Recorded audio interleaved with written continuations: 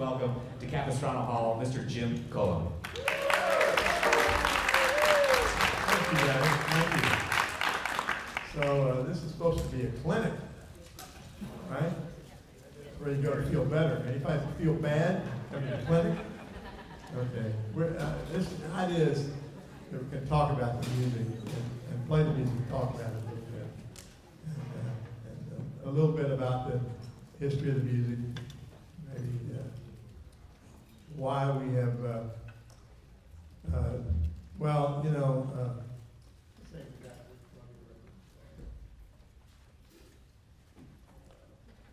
well, anyway,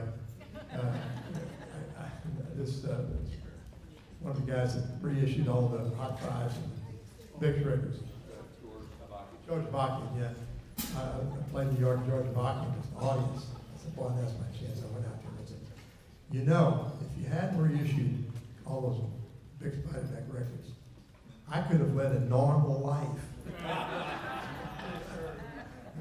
You know, so how did it happen in the first place? You know, how did we spend our whole lives chasing this kind of out-of-date music, you know?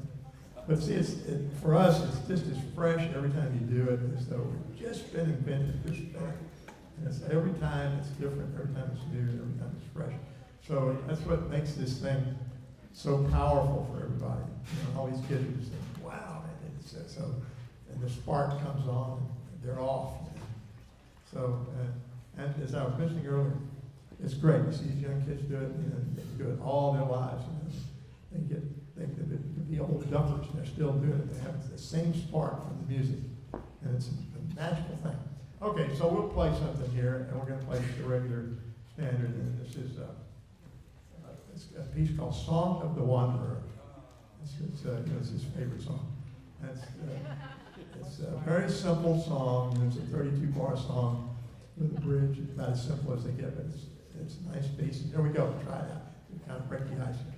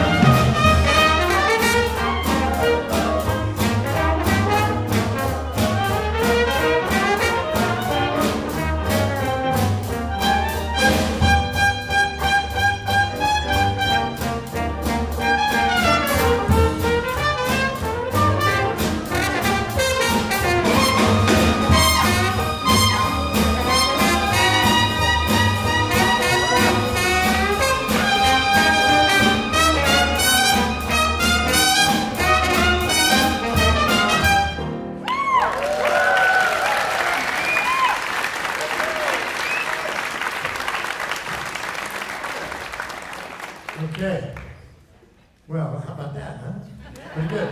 Well, so you heard all the soloists with their, as Ellington would say, solo responsibilities.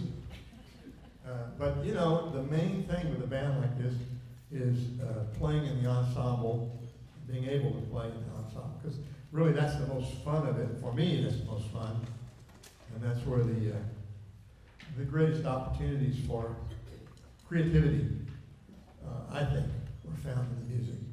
Because there's really nothing like playing extemporaneously, you know, with 7 musicians, all improvising at the same time.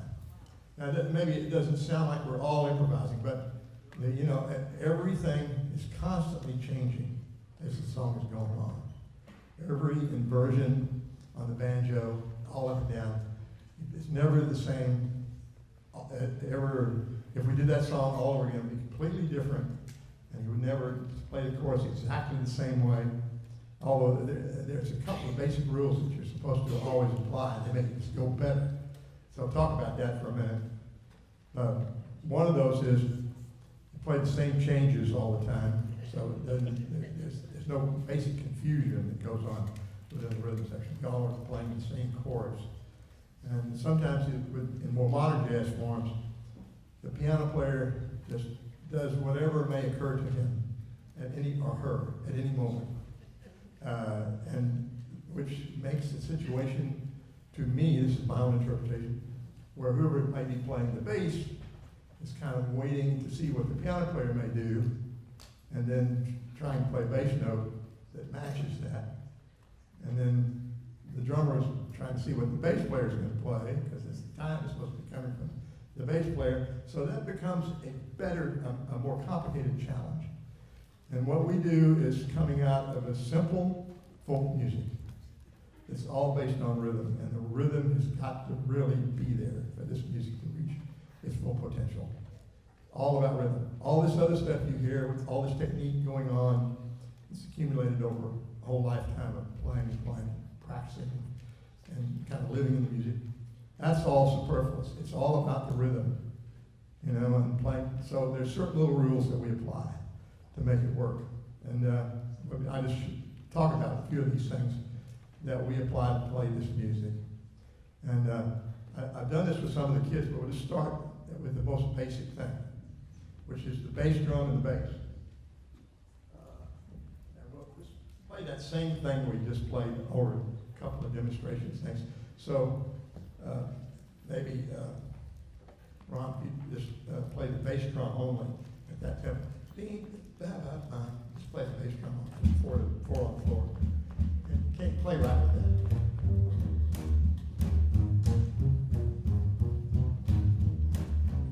So they're right together, and that bass drum and the bass, and that bass drum can put a kind of point on the bass. Let's do the bass drum. And so then as it becomes a little more textured, you'll add more things in it, but right there, to the degree that they can put that together, more band plays together, the better that can get. And then, you know, we're going to add in some more instruments. That rhythm is what makes the band great. That right there. And all of us are playing on that rhythm. That simple rhythm. That's where it starts and stops. So we put some more stuff in there. Let's add the banjo to that. And he's going to play 4/4 right with that. He'll play exactly with that. Starts feeling pretty good, you know? So when you hear that going on, and you're going to play something over that, when they do that, whatever else we do is easy. That's so good. That's so solid. That whatever you play as a horn player, in other words, if you make a mistake, you mess it up, it's all forgiven. You don't hear that. All you hear is this real good rhythm going on. I play a wrong note or something, I just go past it, and what you're hearing is the rhythm. And this is the way the beauty of the music is. Now, we put the rest of the drums in a little bit. Put a little more drums in there. Put a little more drums. So it starts to fill out. Now, the piano player plays with this same feel, but he puts a little more bloom on the thing. starts sounding richer, starts making it sound richer. But here we go, now you gotta get the whole rhythm section. Have a little down here.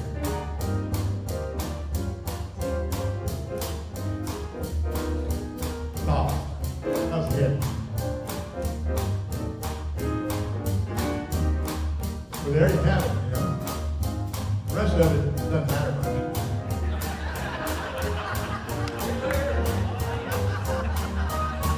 I'm not kidding, man. So the rest of us can do almost anything. And so, you know, and you guys keep going. So then I'm gonna play as though these other horns weren't there yet. They'll sound like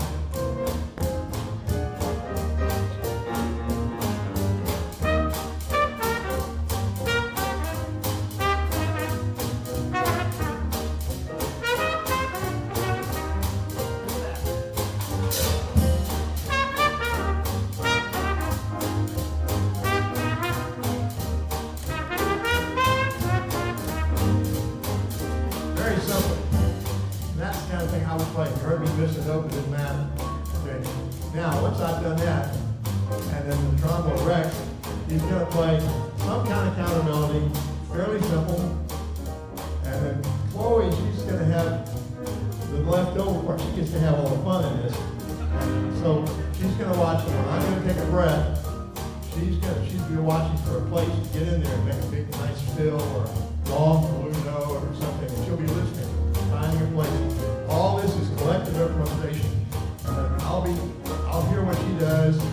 My lead will be directed by what she's just done, and directed to a nice long smear, and then I'll kind of hear that, make the next little piece of lead, key on that a little bit more. But see, what I do is gotta be simple. If it gets too complicated, that's the reason the beboppers can't do this very well. They play too much stuff, they're all on top of each other, it doesn't work very well. You have to keep it simple. Keep it simple, stupid, you know that, right? Okay, so we'll try it with the whole thing. I'm gonna come in first, then you're gonna hear Rex. We'll do about 8 bars a piece. Then we'll come to the bridge, I think, right? No second. This is the second. I'm gonna come in on the bridge right now. I'm gonna, you guys wait a second.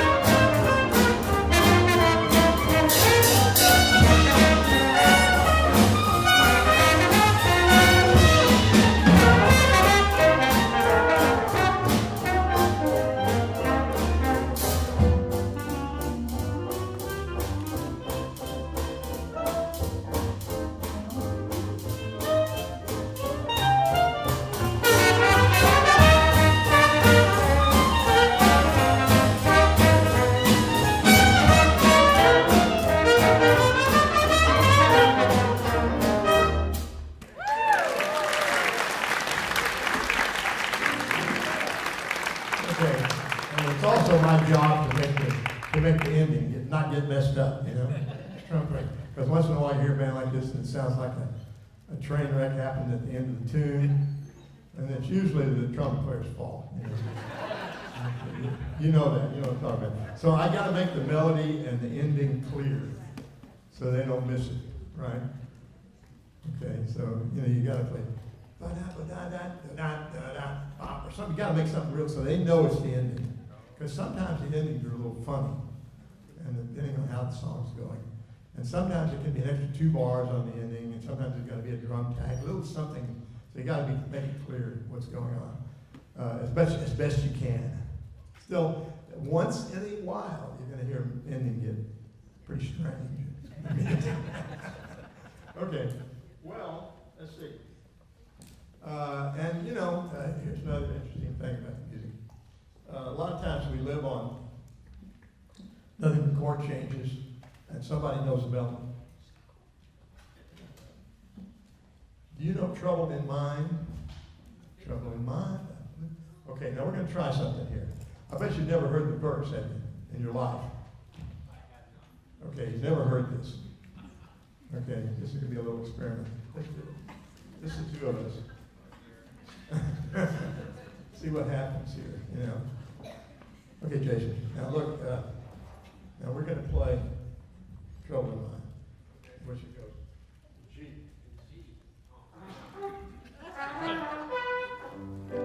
I'm blue. Okay, that's where we'll be, right? That's where the song will be. Right, okay. Now we're going to start the same tempo. We're going to play the verse, which he's never heard at all. And he didn't know what in the world's going to happen. It starts out kind of like the blues, and it's going to start out on a G major chord. You're going to go, and so you just start out, start playing the blues, and I'm going to tell you what to do, and I'm going to tell him some chords, and we'll see what happens here, okay? 1, 2, 3. They're ready.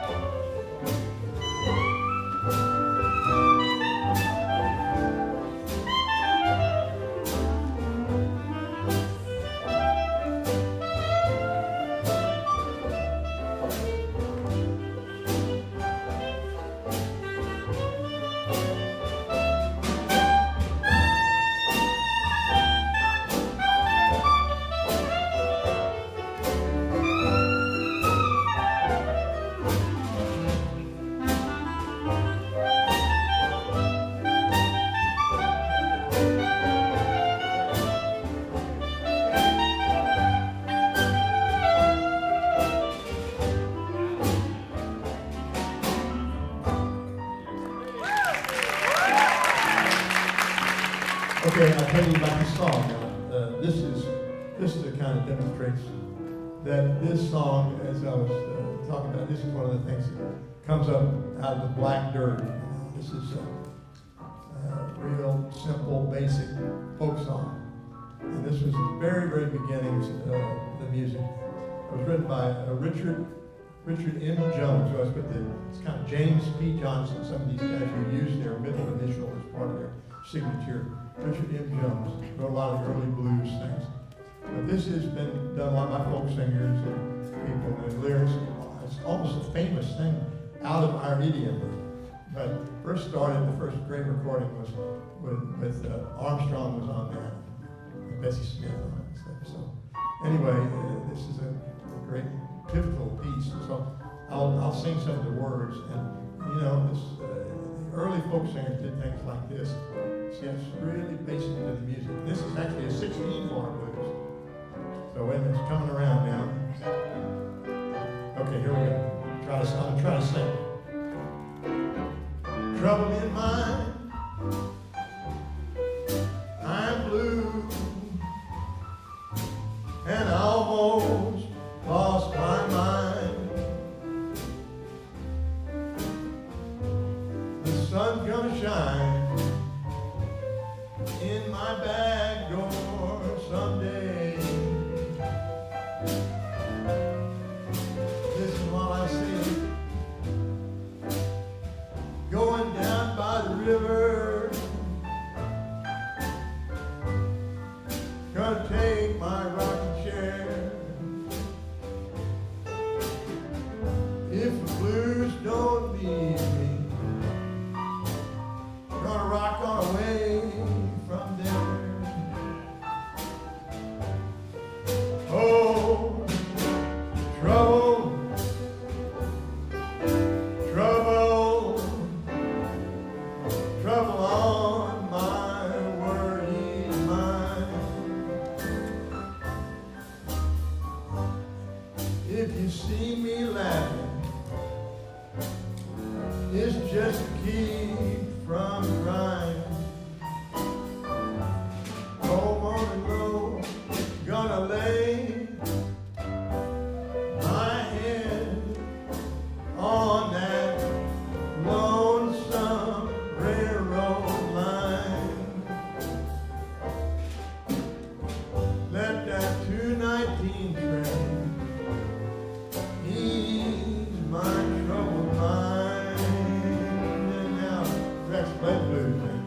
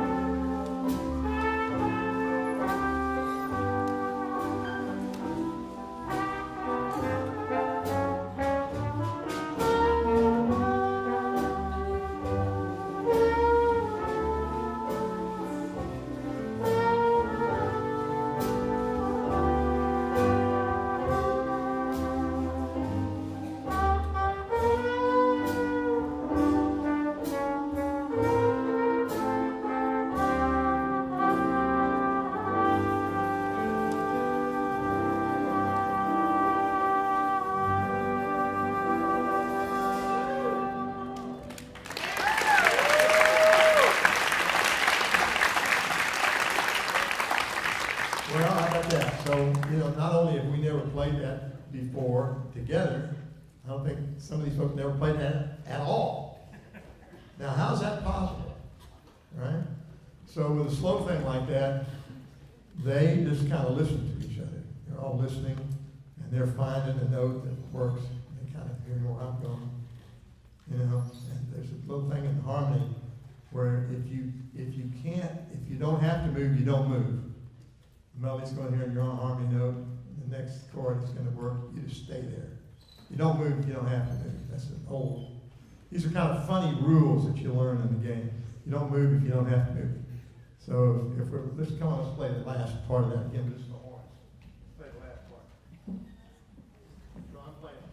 I'm just on that note. I got the third. I'll bring it back. So the point is, don't move. Don't. I've got the note. Okay, it's they're the ones who listen. They won't move. They don't have to.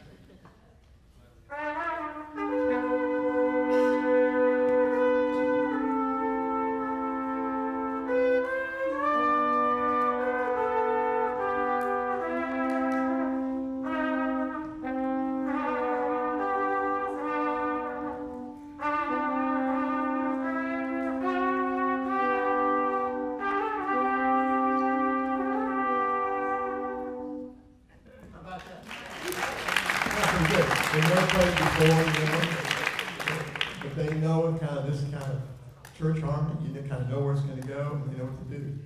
And and that all it gives. That's the fun of the music. All that. There's a great kick out of playing in a section. You know, this front line makes a section. The rhythm makes a section. I mean, like the trumpet section or saxophone section, playing right together, or in this kind of a band. There's nothing more fun than this because most of the time we get to improvise. You know, if you play in a big band, you have to read the part and you have to stay right on it. You can't change it very much, or it's going to really mess it up. Well, we get to change it all the time. So we get we write the music, change it, make it new every time we play it. And that's the kick of a band like this. That's what brings these kids back and they discover it. Wow, you know, this is the most fantastic music in the world. So I have to applaud what's happened in Sacramento. Over all the years, this has been a hotbed of this activity. And, you know, the summer camp and all the things you guys have done over all the years, been going on a long time now. So Sacramento's become famous for this. Anyway, congratulations to these Sacramento folks.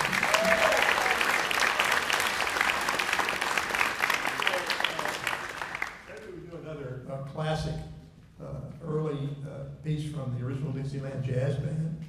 The original Dixieland Jazz Band was a band from one of the early New Orleans bands, and they made the first records. They were one of the first, not the first, but one of the first groups to go to Chicago and leave New Orleans, go to Chicago, and then they went on to New York, made the very first jazz records. In 1917, first jazz records were made. And the first one was a kind of a novelty blues, and it had animal sounds on it, where the clarinet would make a sound of a chicken, and the trumpet would make a horse, you know, like this. And the trombone would be a moo cow and all that. So that was on the record, and that became a novelty. But on the other side was the original Dixieland One Step, and that was a real jazz song. And so then a whole series of jazz records followed that. They had written a whole bunch. These are all original songs by the original Dixieland Jazz Band. So as things went along, other great artists evolved and took the art to a higher level. And so one of the greatest artists in our history, and the whole evolution of this is Beiderbecke. And Beiderbecke learned to play by listening to these old records on a wind-up phonograph of the original Dixieland Jazz Band. And by the time he started, they were already about 5, 6, 7 years old. They were already old records. So, I mean, everybody's copying somebody, right? And the original Dixieland Jazz Band, they're copying other people in New Orleans. So everybody's copying somebody to a certain degree and putting their own spin on it. And every time you do it, it's new. And it's yours. Like what you just heard us do, it doesn't belong to Richard M. Jones anymore. It's ours now. What you heard these kids do a few minutes ago with Caravan, It doesn't belong to Juan Teasall anymore, it's theirs now. That's the kick, you know.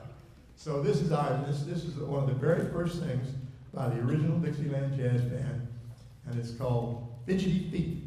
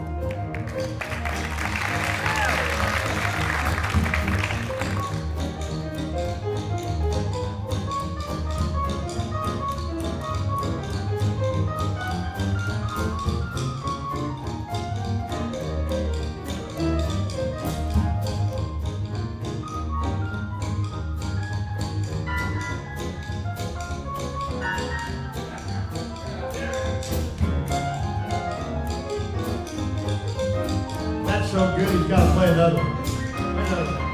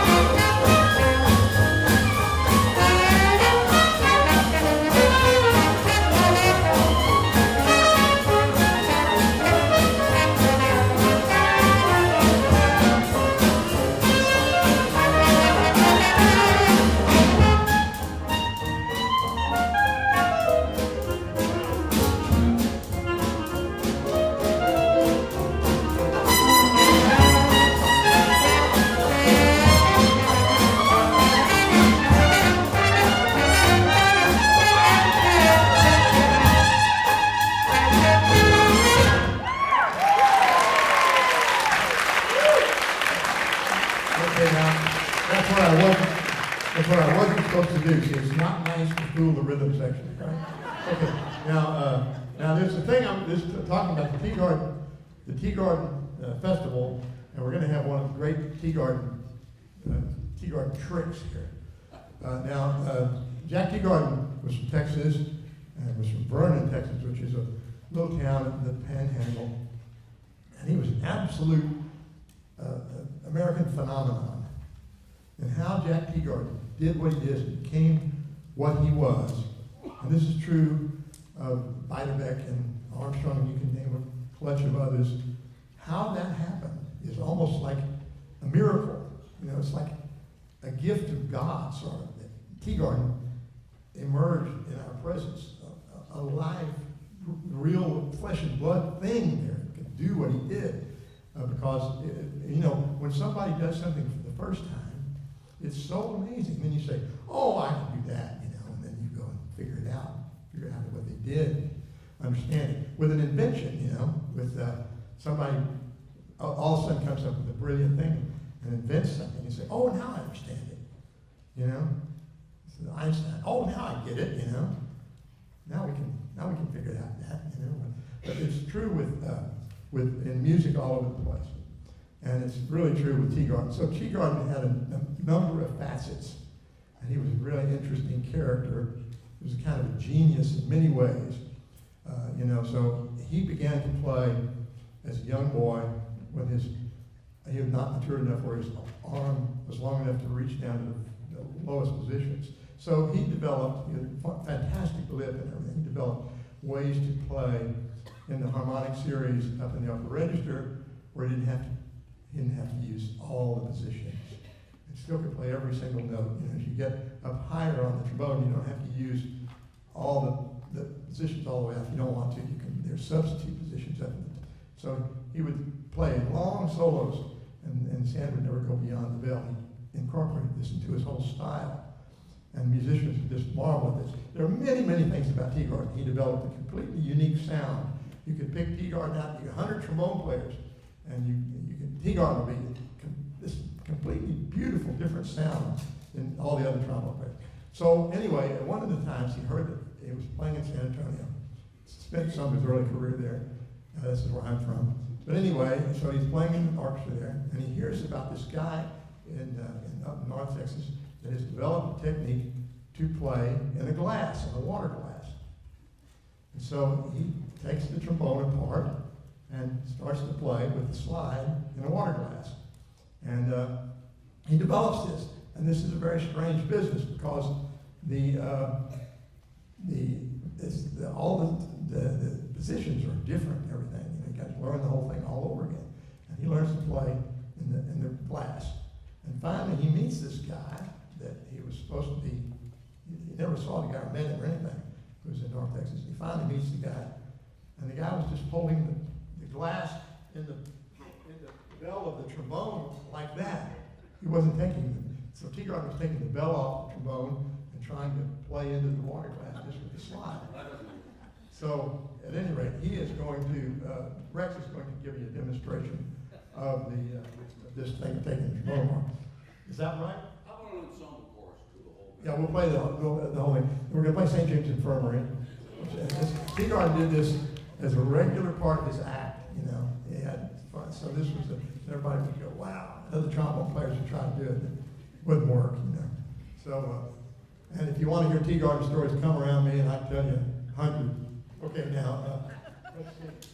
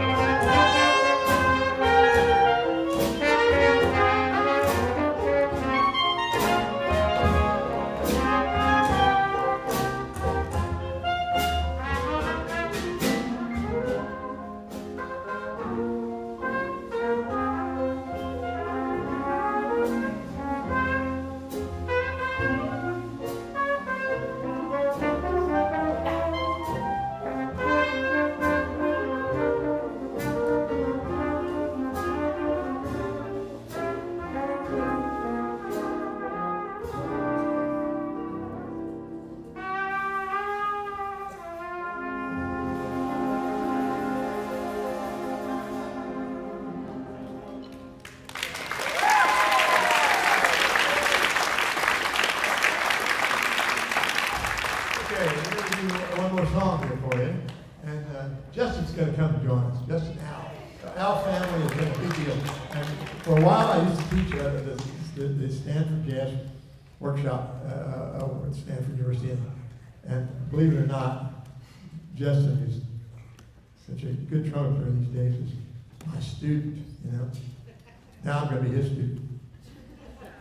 All right, now we're going to play jazz blues. But first, I want Katie to play a little on the bass. This is a special thing. As long as this is a clinic, I want you to, you don't see this very much, but Katie is a great bass player. She plays the bass with gut strings, and it's a different thing. You know, most of the time, basses now have steel strings, and they have for a long time, most of the basses. But this is a little bit of a throwback, although it is becoming more and more popular. And you hear more people doing it. For a while, it was nobody played with gut strings, but now it's coming back. So, and it enables a certain kind of playing, and at least it makes it work a lot better. And that's this slapping thing. So, I want Katie to do a little bit of this for you. And just whatever song you want, just demonstrate a little bit. This is really